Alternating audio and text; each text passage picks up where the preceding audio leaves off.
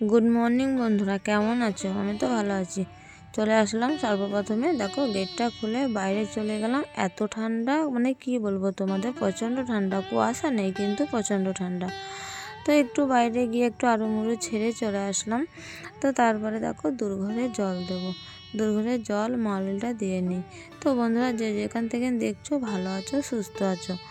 তো আমার দেখো বাইরেকার মারুলি দেওয়া হয়ে গেছে, শাশুড়ি দিয়েছে। আর গেটের ভেতরে আমার উঠানে হরিতলাতে তো দুটো মারুলি দিয়ে দুর্গায় জল দিয়ে আমার ব্লগ শুরু করছি। তো দেখো তারপরে দেওয়া হয়ে যাওয়ার পর চলে আসলাম বিরাজ করতে।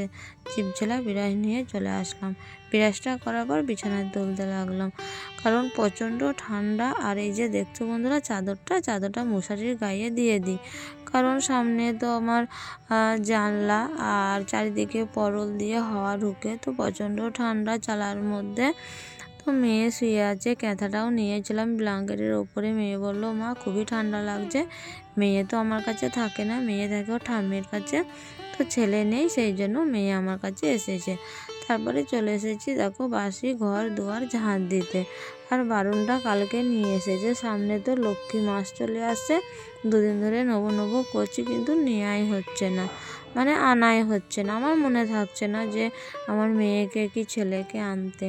তো মেয়েকে কালকে বললাম, আমার মেয়ে আর জায়ের মেয়ে দুজনাতে দুই বোনে গিয়ে নিয়ে এসেছে। তো বারুনটা তো ভালোই ঝাঁট দেওয়া হচ্ছে। এরকম বারুন তো আমার ছিল না, অন্য ধরনের বারুন ছিল। সেটা তো তোমরা দেখো বন্ধুরা, তোমাদের সাথে প্রত্যেক দিনই শেয়ার করি।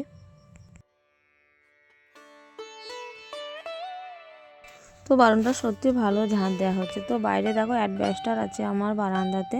তো অ্যাডভেস্টারের মধ্যে অনেক ঝুল পড়েছে, তো ঝুলগুলো একটু টেনে নিলাম। তো বন্ধুরা, পুরো ব্লগটা দেখার জন্য তোমাদের কাছে অনুরোধ রইল, কেউ কেটে কেটে দেখো না, কেটে কেটে দেখলে বুঝতে পারবে না। আর আজকে হলো শনিবার, শনিবারে কাজের চাপটা একটু বেশিই থাকে, কারণ ধোয়া মোছা কাচা কুচু মোছা ব্যবহার থাকে অনেক। তো দেখো আমার ঘর দুয়ার ঝাঁট দেওয়ার পর এই যে আমার ছোট্ট উঠানটা ঝাঁট দিয়ে, আর চালার মধ্যে হরি মন্দিরটা অনেকে দেখতে পাও বন্ধুরা। তো আমার তো ছোট জায়গা, কি করব বলো। আর চালটা ওর ওপর দিয়ে করে দিয়েছে তোমাদের দাদাভাই, তো সেই জন্য হরি গাছ হয় না। তো দেখো গোবর মাটি দিয়ে তারপরে বারান্দাটা নিকিয়ে নেব। বারান্দা নিকানোর পর তখন চলে যাব আমার যে কালি হাঁড়ি আছে, এক সপ্তাহ মতন মাজিনি বন্ধুরা।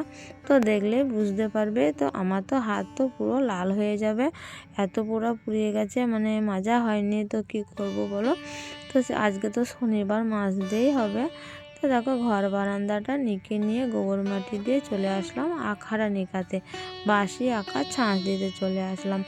বাসি আঁকা ছাঁচ দেওয়ার পর চলে যাব, এই যে হাঁড়ি বের করে নিলাম। চা করে খেলাম একটু, চা করে খাওয়ার পর চলে আসলাম হাঁড়ি বাসন কুসন মাজতে কল পাড়ে, দেখতে পাচ্ছ বন্ধুরা। আর হাঁড়িটা এত পোড়া পুড়েছে, মানে তোমাদের কি বলবো। আর এই কাঠটার ওপরে মিটকেসের মধ্যে রাখি, কারণ মিটকেসের কাঠের ওপরে কালিটা পড়বে না, সেই জন্য এই কাঠটা রাখি। এই কাঠের ওপরে হাঁড়িটা বসাই, মানে কালিটা তাহলে মিটকেসে লাগবে না, কাঠে লেগে যায়। তো দেখো আমি কাঠটাও ধুয়ে দিলাম, কারণ নিরামিষ তো, আজকে তো শনিবার, সেই জন্য মানে ধুয়ে দিলাম। আঁশ মাছ ভাত হয়, আঁশ ওটাও তো আঁশ হয়ে গেছে, তাই না।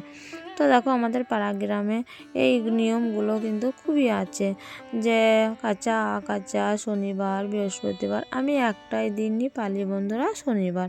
আমি বৃহস্পতিবারটা পালি না, অনেকে বৃহস্পতিবারও কিন্তু পালে। তো দেখো হাঁড়িটা আমি মাজবো। হাঁড়িটা কিন্তু আগে আমি চেঁচে নিচ্ছি, কারণ অনেকটা পুরো হয়ে কালি পড়ে গেছে, এক সপ্তাহ মতন তো মাজা হয়নি, তাই না। তো সেই জন্য আগে চেঁচে নেওয়ার পর মাজলে। আর তারের বিরাস আছে বন্ধুরা, এই যে তারের বিরাস দিয়ে দলে নেব। তো মেজে নিয়ে বন্ধুরা সাথে থাকো। তো চলো দেখো কতখানি পরিষ্কার করতে পারি। তো বন্ধুরা, যে পাড়া গ্রামে বাস করো সেই জানো যে পাড়া গ্রামের কত নিয়ম আছে। নিয়ম করতে হয়।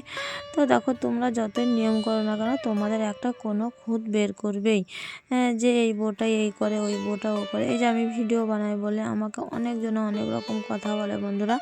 তো আমি সব মানে শুনেও কিন্তু আমি মানে মুখ বুজে সহ্য করি। কারণ আমি ভিডিও তো বানাচ্ছি, তো আমি হয়তো বলতে গেলাম তো উল্টেই আমাকে যা না তাই বলবে।